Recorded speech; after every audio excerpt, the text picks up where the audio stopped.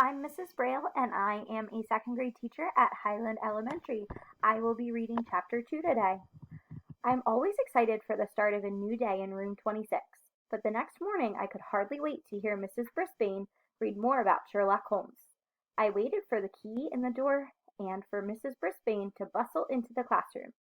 I waited for the bell to ring and for my friends to arrive. I waited and waited and waited some more. In fact, I waited so long the bell rang, but nobody came in. I knew it wasn't Saturday. I never spend Saturdays at school because I go home with one of my classmates on the weekends. Sometimes I go home with Mrs. Brisbane. Either way, I have a hamsterific good time. Og usually stays in room 26 on the weekends, which must be lonely for him. Poor frog. Og, something's wrong, I squeaked loudly to my neighbor. Boing, boing, boing, boing, boing, he replied. He sounded as worried as I was. I could see some of my friends' faces looking through the window in the door. Humphrey, let us in, I heard Simon's muffled voice calling. It was the only time in my life I wished I wasn't a hamster so I could be big enough to open that door.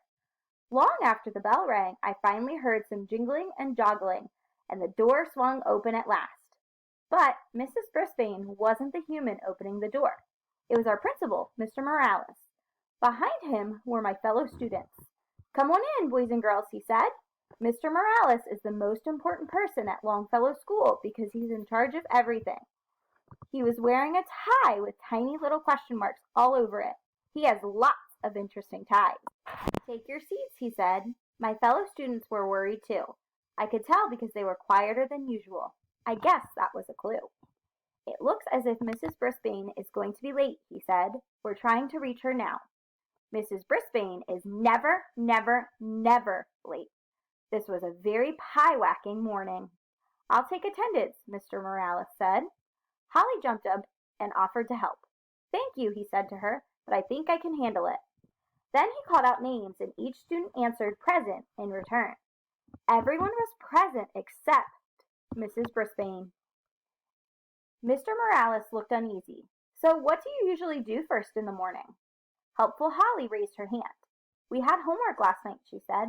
I can collect it. Thank you, Mr. Morales said. Holly went up and down the aisles collecting the homework. How I wished I could get a look at those 5 mystery words.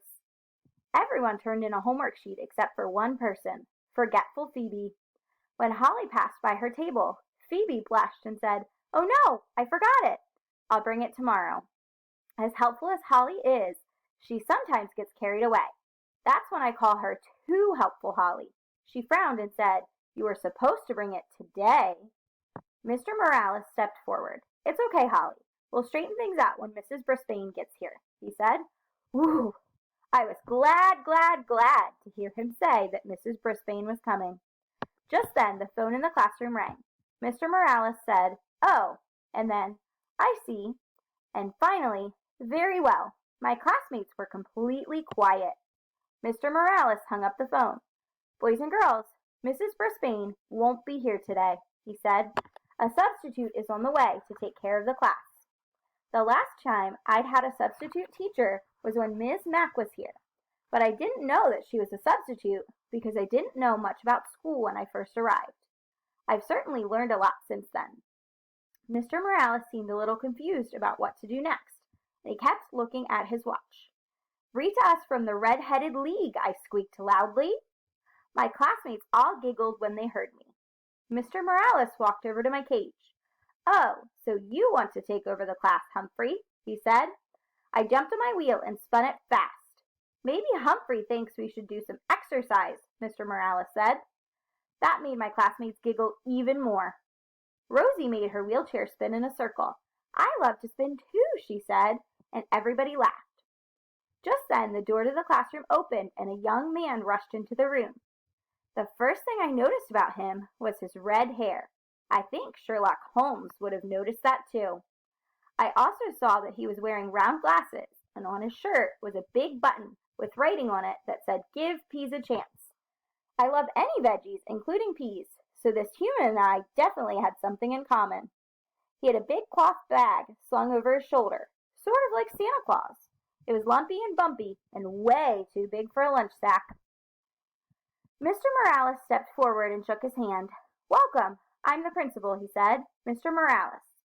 "Hi," the young man said. "Ed Edenopoulos." The principal turned to the class and said, "Here's your substitute for today. I expect you to give him your full attention." Mr. Morales left, and Mr. Edenopoulos gave us a friendly smile. "Hi, kids," he said. "I know Edenopoulos is a mouthful, so you can call me Mr. E." There were a few giggles, and Slow Down Simon repeated the name out loud the way I'd heard it. "Mystery." Mr. E smiled and nodded. "Mystery. That's a good one. Hey, you know my name, but I don't know yours. I'm going to come up and down the aisles, and you tell me who you are." He walked around the student tables, one by one, asking, "What's your name?" He high-fived each student and said something like, "Cool shirt," or "Glad to know you," or "Awesome." "My name is Holly, and I collected the homework this morning," too helpful Holly said when Mr. E got to her. "It was our mystery word sheet. I put it on the teacher's desk. Only one didn't get turned in." Thanks," Mr. E said. "I'm Sophie, and I really like your pin." "I like to wear pins with sayings, too." "Stop talking," Sophie said. "Do you remember where you got it?" Mr. E didn't remember where he got it. Sophie kept on talking until he said, "I think I'd better give the rest of the class a chance." He moved on to the next table. "I'm Thomas T. True," Thomas said. "My dad's a detective, like Sherlock Holmes." "Not," I heard just Joey mutter. Mr. E turned toward the class. "What's the problem?" he asked. "He told me that his dad's an airplane pilot," just Joey said. "So?" Thomas said. "He can be both." "He told me that his dad's a ship captain," Small Paul grumbled. Mr. E just laughed. "Sounds like a talented father." Then he moved on again. When he got to my side of the room, he finally noticed Og and me. "Whoa," he said. "These are some funny-looking students." I heard some giggles, but I wasn't laughing. I can see how you might call Og funny-looking, but not a handsome golden hamster like me. Mr. E leaned in and looked right at me. "What's its name?" "Humphrey," I squeaked loudly, "and I am not an it." "Whoa," he said again. "I think he's talking. What is he, a rat?" It was clear that this teacher didn't do his homework when it comes to animals. Imagine mistaking me for a rat. Luckily, my friends all shouted out, "Hamster!" "His name is Humphrey," Holly added. Mr. E said, "Cool." Then he turned to Og. "I know this is a frog, right? What's its name?" he asked. "Boing, boing, boing," Og twanged loudly. He probably doesn't like being called an it either. "His name is Og," Rolling Rosie explained. "Og the frog," Mr. E said. "I like it." He was quiet for a few seconds as he looked around the room. "You know, I was still sleeping when I got the call to come over here, so I don't know what your teacher's plans were for today." He said, "Why don't you tell me what you want to do?" My friends looked surprised. I'm sure I looked surprised too.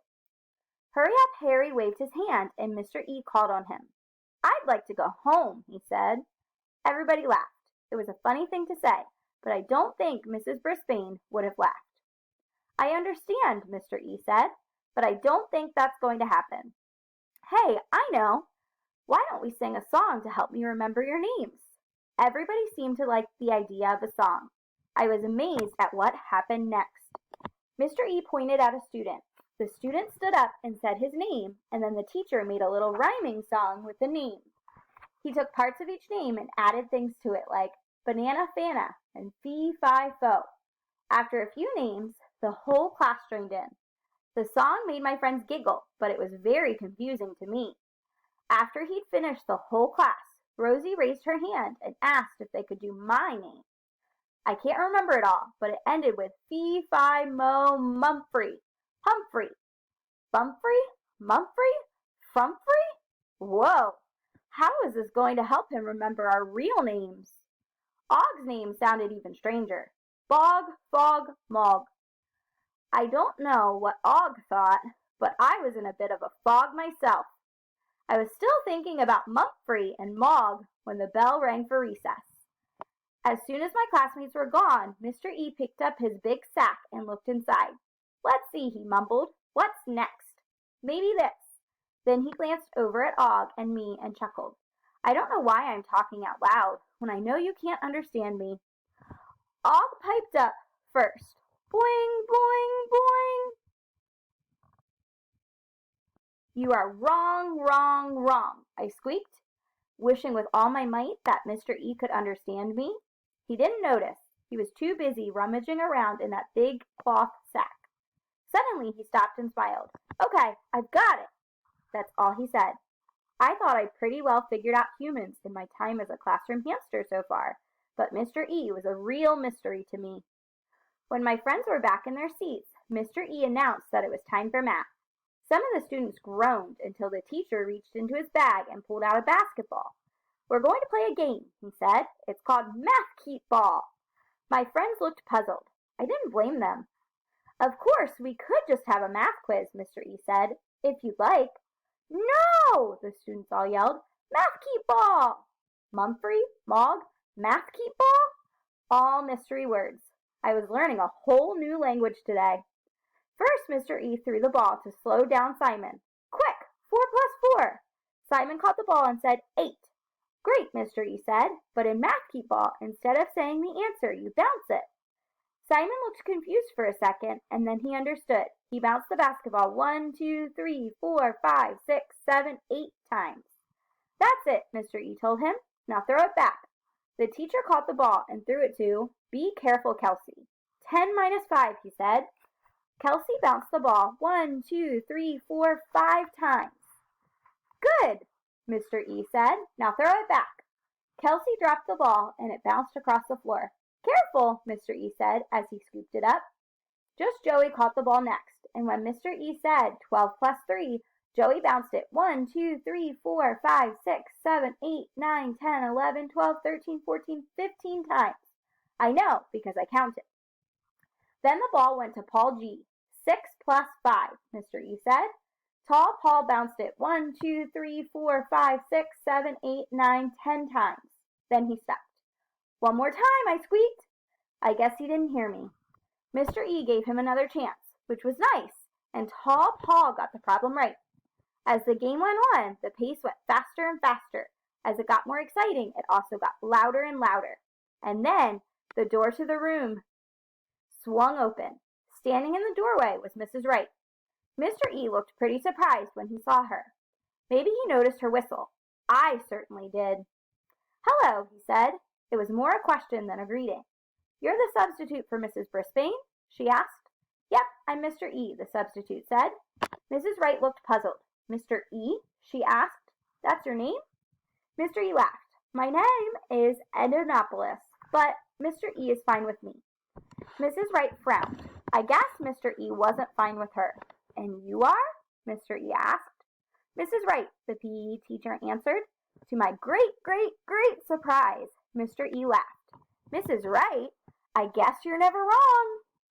Some of my classmates giggled, but Mrs. Wright wasn't the giggling type. She stepped into the classroom and looked around. Is that basketball the property of Longfellow School? She asked. The substitute shook his head. Nope, I brought it from home. That didn't seem to please Mrs. Wright at all. You're probably not aware that basketballs are only allowed outside on the playground. No ball playing in the classroom, she said, and only official Longfellow School equipment is allowed. Really? Mr. E seemed surprised. Really, Mrs. Wright said. I'm the chairperson of the Committee for School Property. There are safety issues with having a ball in the classroom. And by the way, the noise level in this classroom is unacceptable. I could hear you all the way down the hall. We were doing math, Mr. E said. Right, class? My friends all nodded. Mrs. Wright fingered the whistle, and I braced myself for an unsqueakably loud noise. Luckily, none came. That's funny, she said. I thought you were playing basketball. Mr. E smiled and looked at my classmates. What were we playing? Math Keep Ball, my friends all answered. Mrs. Wright frowned even more, if that's possible. Perhaps you can do math more quietly in the future, she said. Of course, I'm sure Mrs. Brisbane will be back tomorrow.